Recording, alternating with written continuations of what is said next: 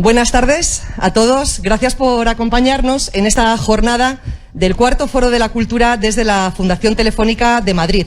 Desde el refugio se titula esta edición y eso es lo que queremos construir aquí, un refugio en el que protegernos de ideas manidas o de lugares comunes a través del diálogo y del intercambio de opiniones, y yo creo que aquí las va a haber.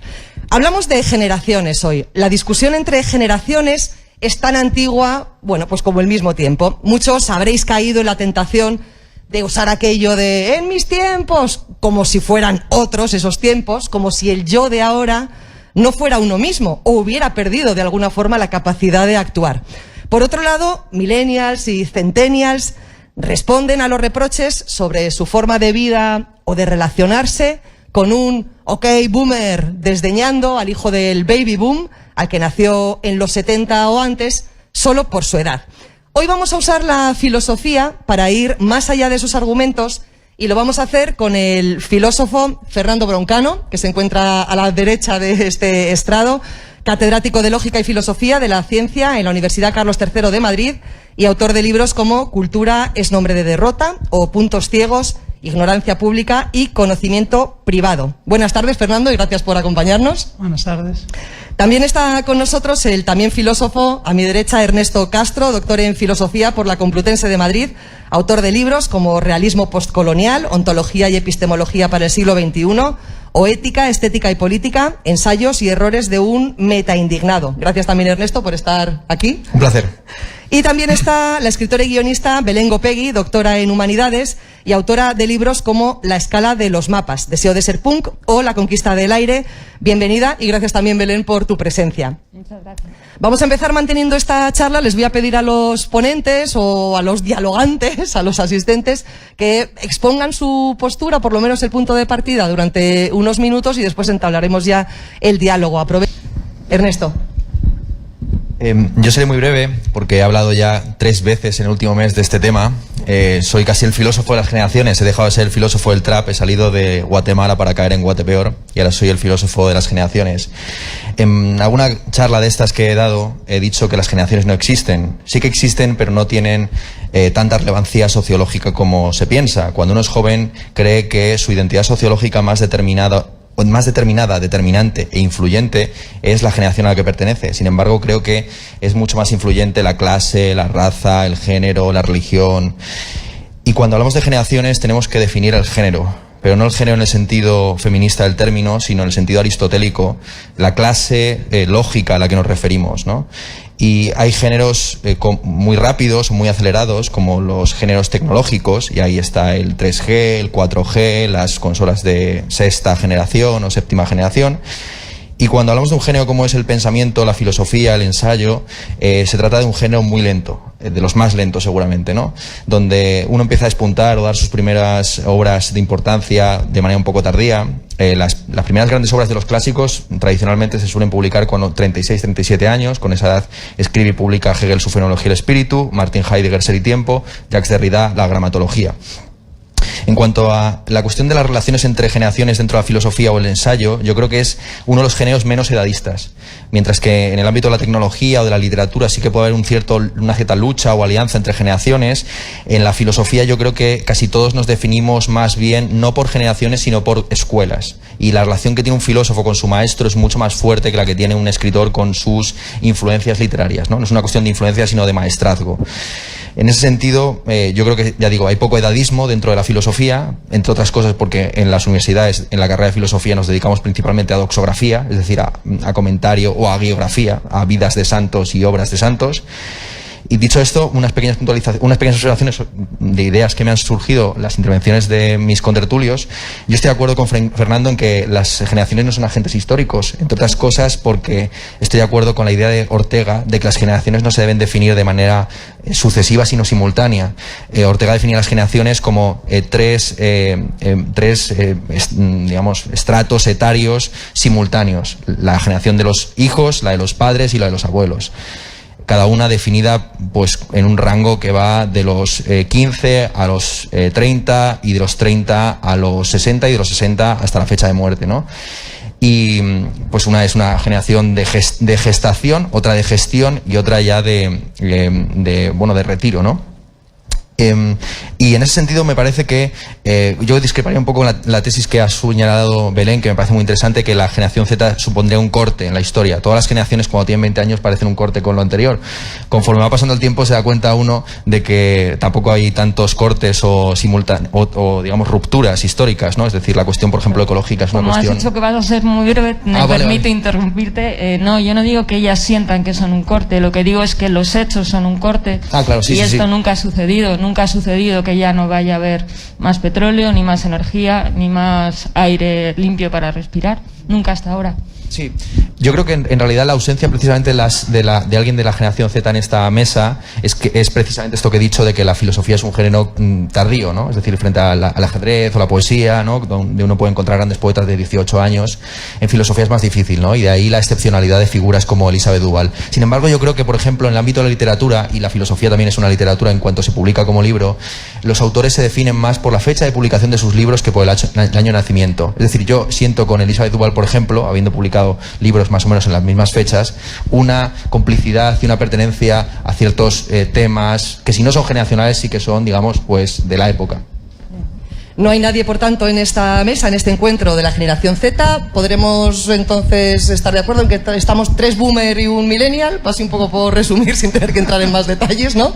3 boomer y un millennial. Por tanto, 3 pertenecientes a la generación tapón, ya que hablamos también de un tema sociológico y de algunos recelos o algunos reproches que nos lanzamos unos a otros, y alguien que entraría dentro de eso que Belén decía como lo cool. Cuando hablabas de esas 2 personas que se encontraban y que ninguno era cool y por eso se encontraban bien a gusto.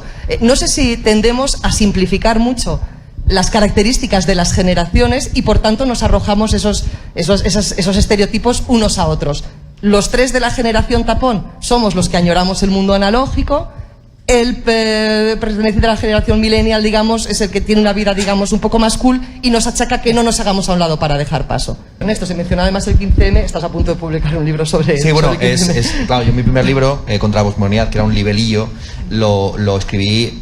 el primer borrador lo terminé justo antes del 15M y el segundo después. Y es brutal porque el primer borrador era todo temas de filosofía de la ciencia, imposturas intelectuales, cosas relacionadas con filosofía analítica, y el segundo es todo marxismo. Entonces es muy curioso. El 15M, de cual se cumplen 10 años, decía Umbral que los 30 años es la edad de la memoria, ¿no? Que uno deja de ser joven y entonces empieza a, de manera nostálgica, recordar esa juventud que está perdiendo, pero que los más mayores todavía se la recuerdan, ¿no? Yo creo que nuestra diferencia de enfoque respecto a las generaciones, el hecho de que vosotros dos o tú estés principalmente enfatizando a la gente nacida en una edad y yo sobre todo a gente que comparte unos horizontes o está en un determinado género, toca uno de los temas cruciales en el debate sobre las generaciones, que es que si todo el mundo que ha nacido el mismo año pertenece a la misma generación o no. Y yo creo que no. Yo creo que hay 2 grandes definiciones de la generación que se define por la edad de nacimiento y la generación que se define por la edad de consolidación, ¿no? Tradicionalmente en la literatura española siempre se señaló más bien la fecha de consolidación. La generación del 27 no nace el 27, ¿no? Mi tía abuela, que tiene 93 años, la mando un saludo, Isabel, no está viendo, no tiene internet, entonces bueno, ya se lo reproduciré cuando esté en su casa, si puedo verla. Isabel, pues nada, que esté bien y nada, la generación del 27. Entonces, la generación del 27 no nace el 27, la 98 no, ese tipo de cosas. Sin embargo, de repente, a partir de un determinado momento, yo creo que tiene que ver sobre todo con la falta de importancia que tienen las guerras después de la guerra de Vietnam para Estados Unidos. Las generaciones ya no se definen por las guerras en las que participan, sino por cuestiones como la contracultura, internet, etcétera, ¿no?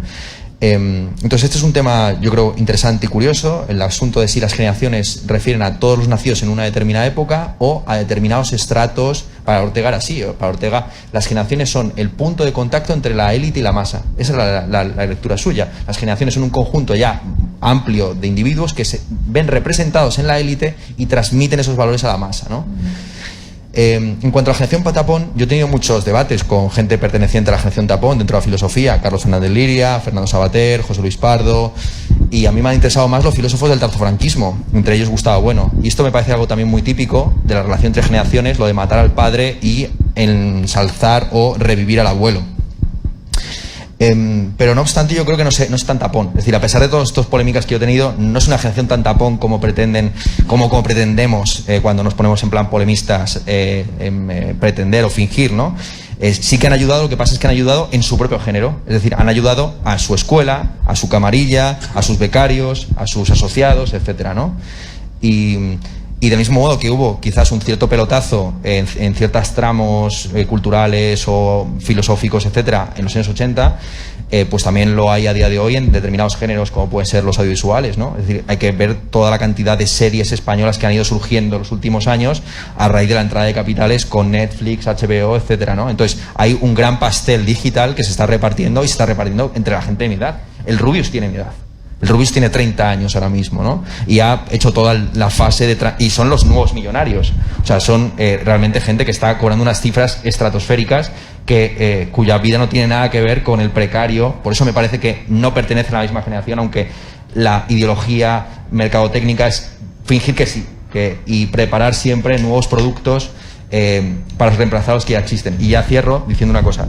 Junto con la gerontocracia, que es evidente que existe, y me parece natural que exista, porque son la gente que tiene experiencia y conocimientos de la vida los que deben gestionar lo común, también hay una gran efebofilia en el capitalismo actual, donde las personas son tratadas como mercancías de usar y tirar, y se busca constantemente los nuevos productos, lo que está a la moda, lo que viene, y todo es constantemente la pregunta por el futuro, si vendrá, no vendrá, cómo será de guay, etcétera.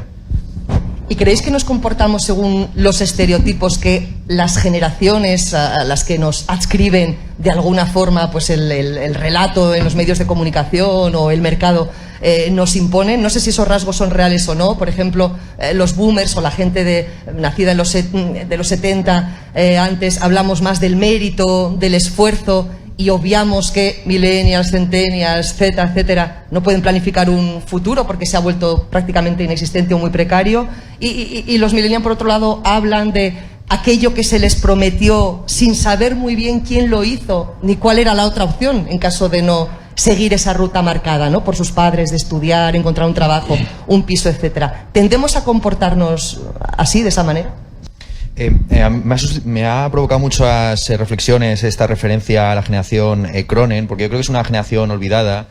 En el prólogo que escribe Alberto Olmos a una antología de cuentos de escritores nacidos en los 80, última temporada, publicada en 2013, habla de lo que él denomina un péndulo de la atención, que es que cada generación lanza, exitosa en términos literarios, lanza algún tipo de sombra sobre la posterior. Y así en España tenemos una gran atención prestada sobre la llamada generación tapón, nacida en los 50, una generación deficiente en lo de los 60, Cronen, una generación todavía más una importancia... Perdón, que me estoy trabando y ya estoy volado. La palabra generación, ya eso te digo generación, me estoy auto-hipnotizando, ¿no? Perdón. Una atención sobre la generación de los 70 llamada en época nocilla, y de repente un olvido a la generación de los 80. De la generación de nocilla realmente hemos pasado a los millennials o la generación Z, los nacidos en los 90, y yo he llegado incluso a proponer para la generación nacida en los 80 el término generación desobrada.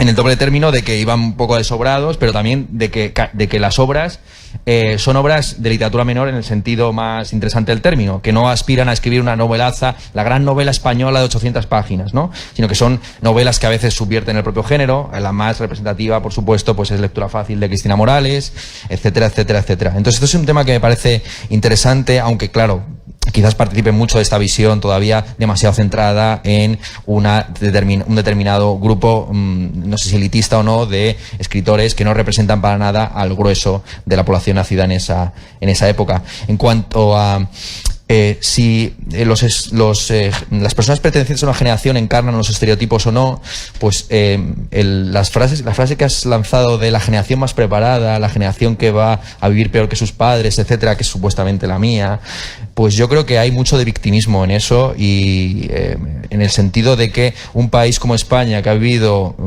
4 guerras civiles, incluyendo las 3 carlistas, en apenas 2 siglos, pues no puede decir la generación millennial que es la primera que va a vivir peor que sus padres, ¿no?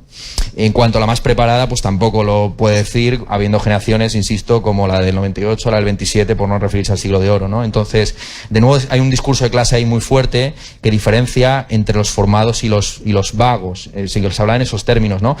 Se llamaba vagos a aquellos que habían abandonado la secundaria o la universidad para ir a trabajar a la obra, ¿no? Que menuda vagancia, ¿no? La de dedicarse a trabajos manuales no especializados.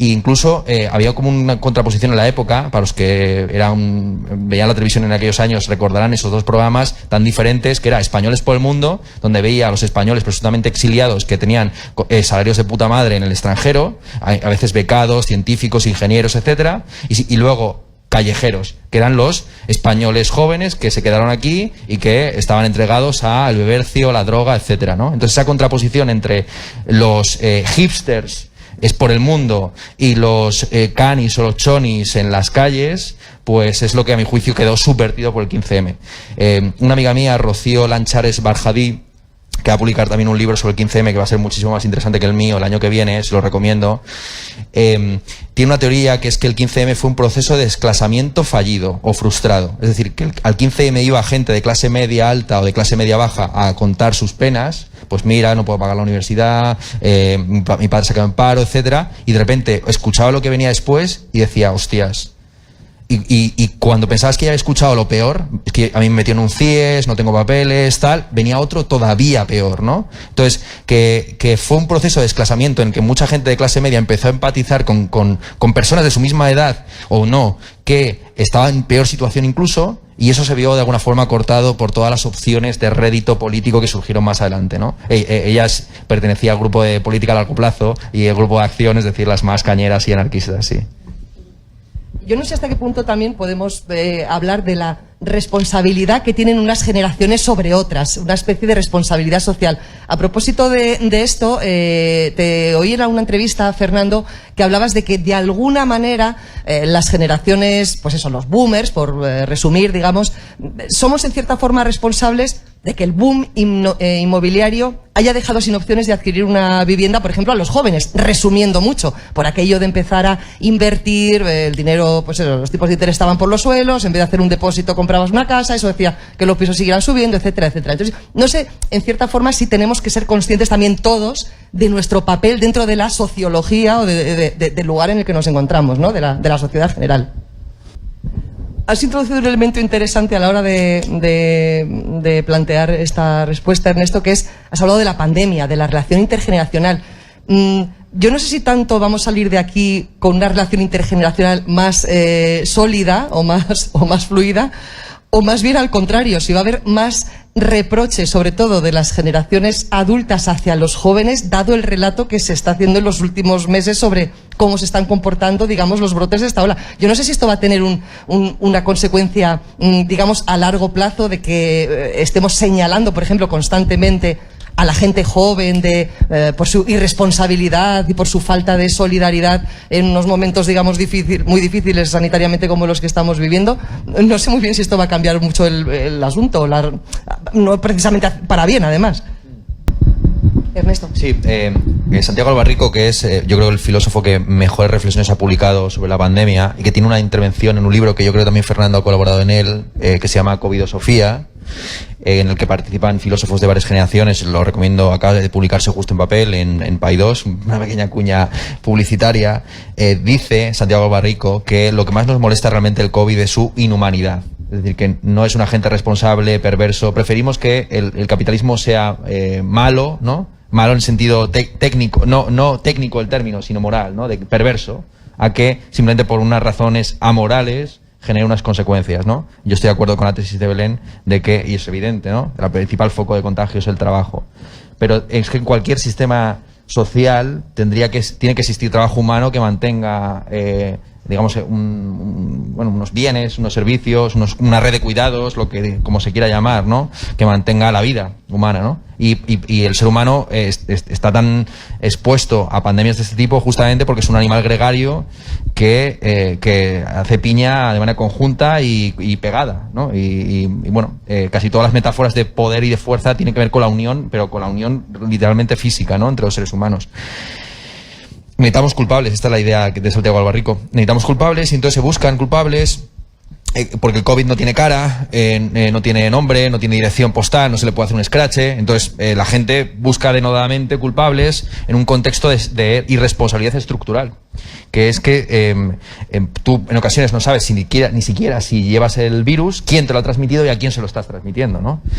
Por eso es necesario este tipo de medidas y por eso autores liberales que un mes antes de la pandemia estaban abogando por el desmontaje de los estados, cuando empezó el asunto, como el caso de Juan Ramón Rayo, abogaban por una especie de estado totalitario prácticamente ni la Unión Soviética, ¿no?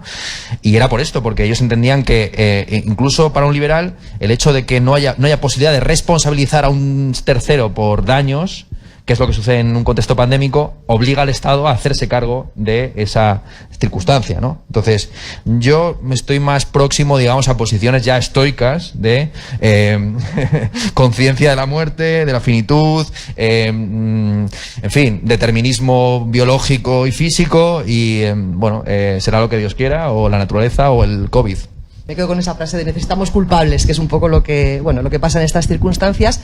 También creo que a veces necesitamos culpables para poder poner sobre un concepto, sobre una idea, pues el no entendimiento entre generaciones. Y quiero entrar en el tema de Internet. O sea, muchas veces las generaciones, digamos, los puretas, los analógicos, los boomers, decimos, no, es que Internet, los jóvenes están todo el día con el cacharrito, con el teléfono, con no sé qué, con sus historias, ¿no? Pero me da la impresión también de que a lo mejor las generaciones más jóvenes usan Internet o la tecnología como una forma de fortificarse o de atrincherarse frente a los demás, frente a los puretas, a los boomers, como si fuera una forma también de como de desdén, ¿no? De decir, bueno, déjame a mí con esto, que vosotros esto no lo entendéis. ¿Qué papel juega Internet en esta, no sé si lucha generacional, pero en esta distancia generacional?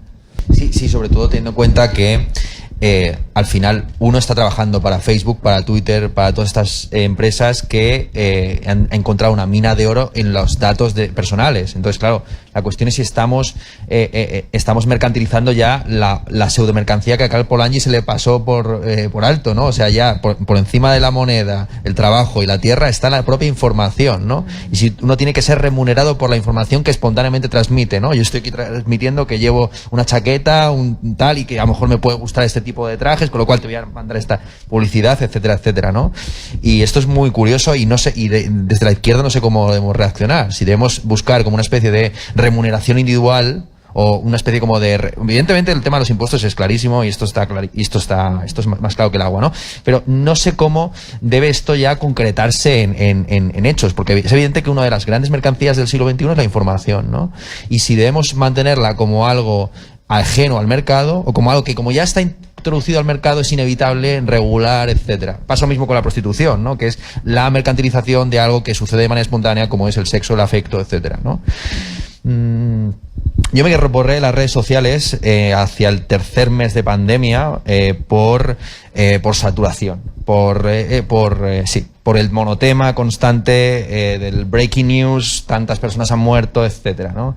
Ya estaba yo bastante magullado de varios años de muchas polémicas, cancelaciones, controversias, etcétera. Yo ya entraba en una edad provecta de 30 años y pensaba, tengo que ser mayor, la figura del filósofo polemista o del enfant terrible no me hace tanta tilín como antes. Voy a ser un señor mayor que tiene un canal de YouTube sin comentarios, subiendo vídeos de 2 horas y ya está, ¿no? Y me abrí incluso una página web, o sea que imagínate lo que sería el asunto, ¿no? No obstante, después de 10 años en las redes sociales sí que he podido evidentemente diagnosticar que hay redes sociales para cada generación, ¿no? Facebook es más pureta, TikTok es más joven y luego están la cara A y la cara B, ¿no? Twitter como el eje del mal y Instagram como el eje de la felicidad.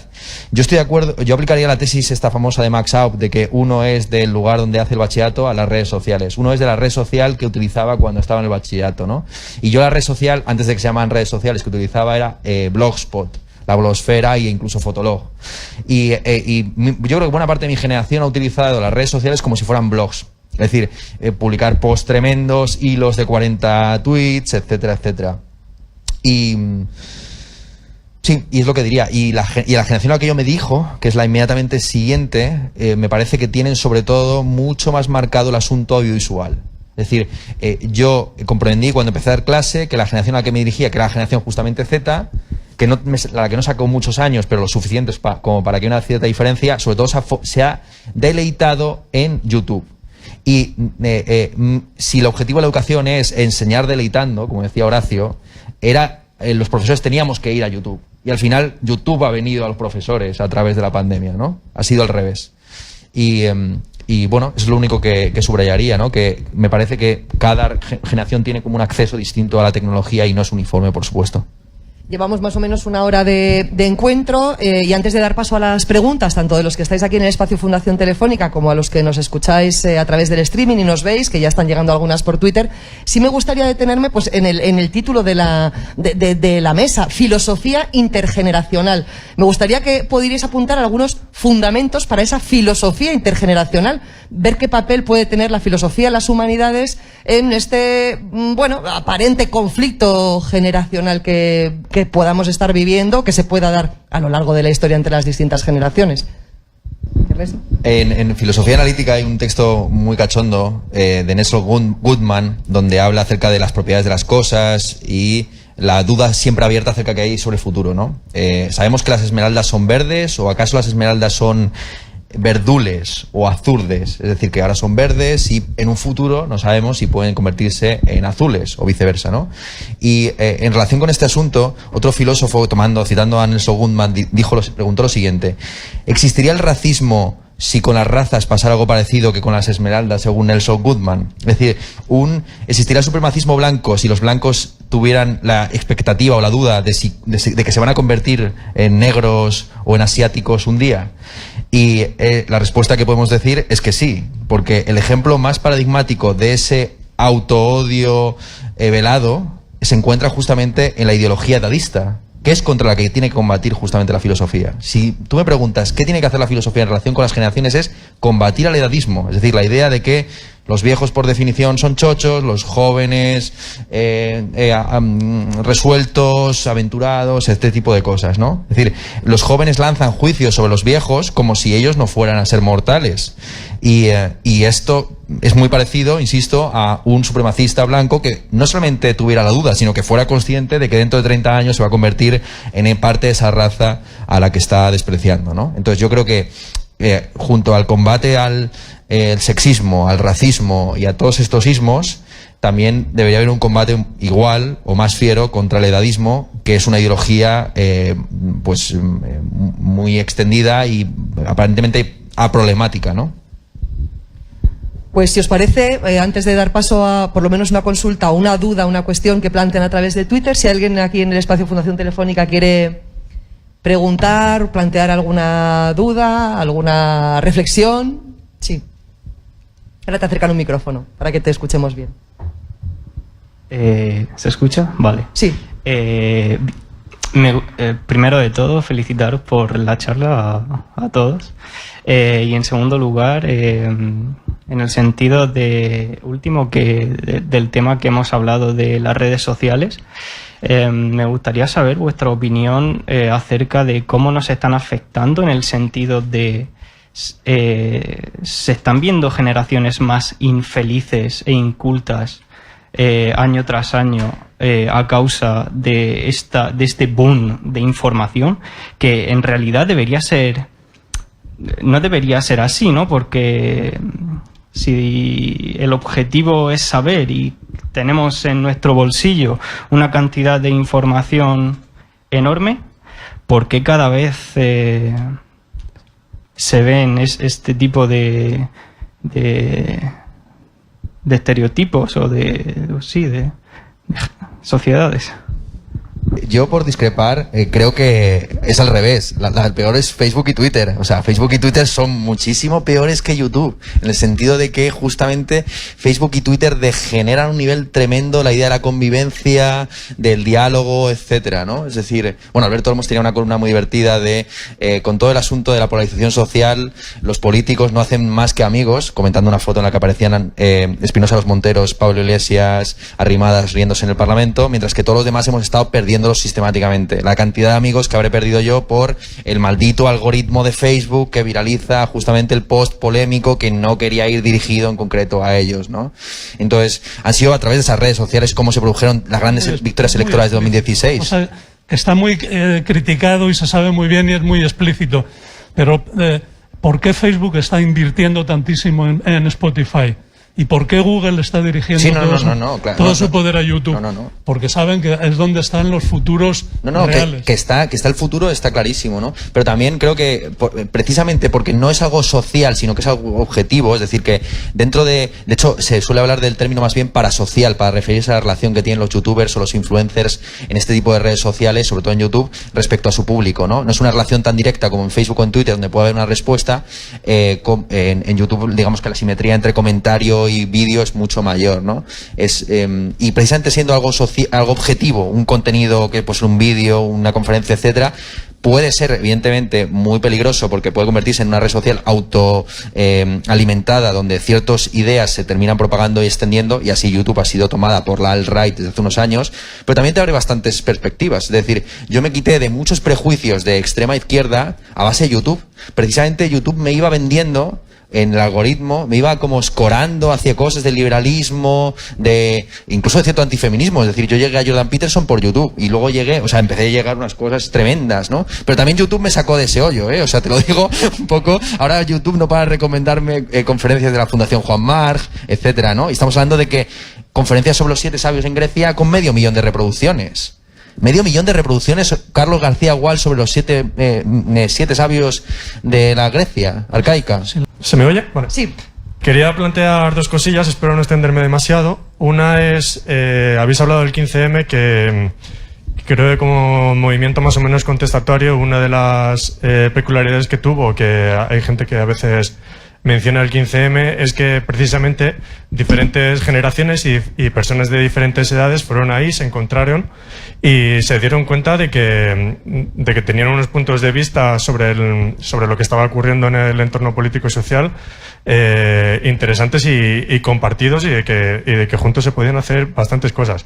Y quería preguntar si no creéis que eso se ha olvidado un poco y que si de forma bastante interesada se está imponiendo un poco una diferenciación generacional para borrar los intereses digamos de clase, los intereses compartidos que tenemos, por ejemplo, pues a la hora de reconquistar los derechos laborales que han sido menoscabados.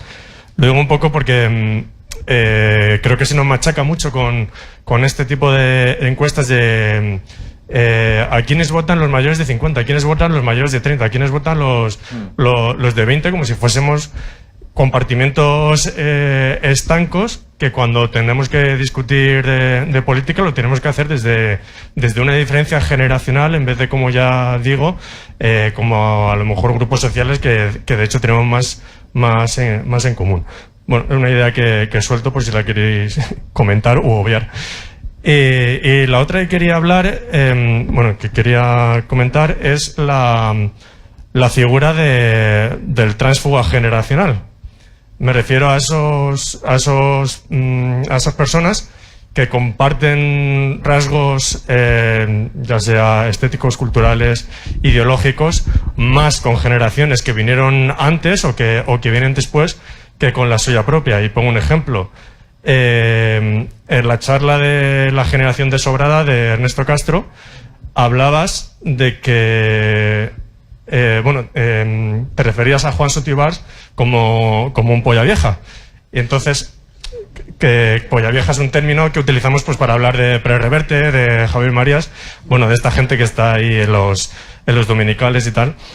Y efectivamente puede ser que Juan Sotibars tenga como unos tics mediáticos de su generación de los 80-90, pero que ideológicamente tenga más que ver con otra generación de gente que le está sacando 30 o 40 años.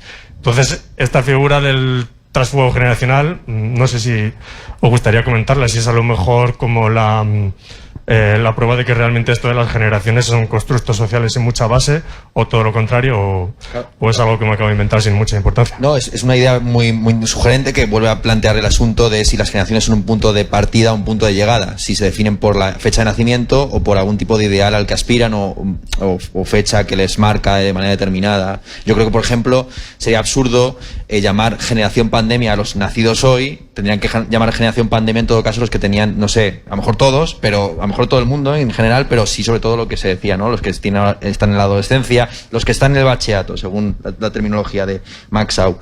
En la exposición aquella que hice de esa generación desobrada, justamente subrayé que los que se pelean se desean y que aunque se suelen definir las generaciones por razones de afinidad, también se pueden definir por razones de disputa o de conflicto. Y yo decía justamente que me parece que Soto Ibarz pertenece justamente a esa generación desobrada, tanto más que Cristina Morales, por esa mutua polémica que pueden tener de que Juan Soto Ibarz aparece caricaturizado en Lectura Fácil y toda la crítica que ha hecho Juan Soto Ibarz a la ideología de extrema izquierda que en parte esta escritora representa, ¿no?